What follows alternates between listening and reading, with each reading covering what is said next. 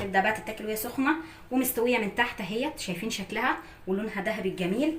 نبدا بقى نقطعها مع بعض.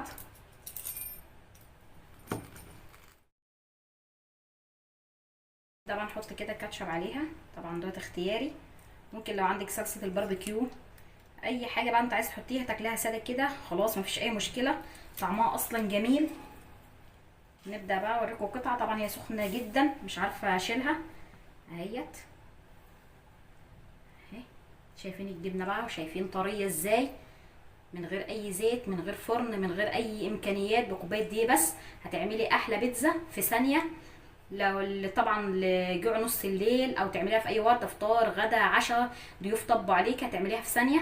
يا رب يكون فيديو النهارده عجبكم، ما تنسوش تدعمونا بالاشتراك في القناه وتفعلوا الجرس عشان يوصلك كل فيديو جديد. نشوفكم على خير والسلام عليكم ورحمه الله وبركاته.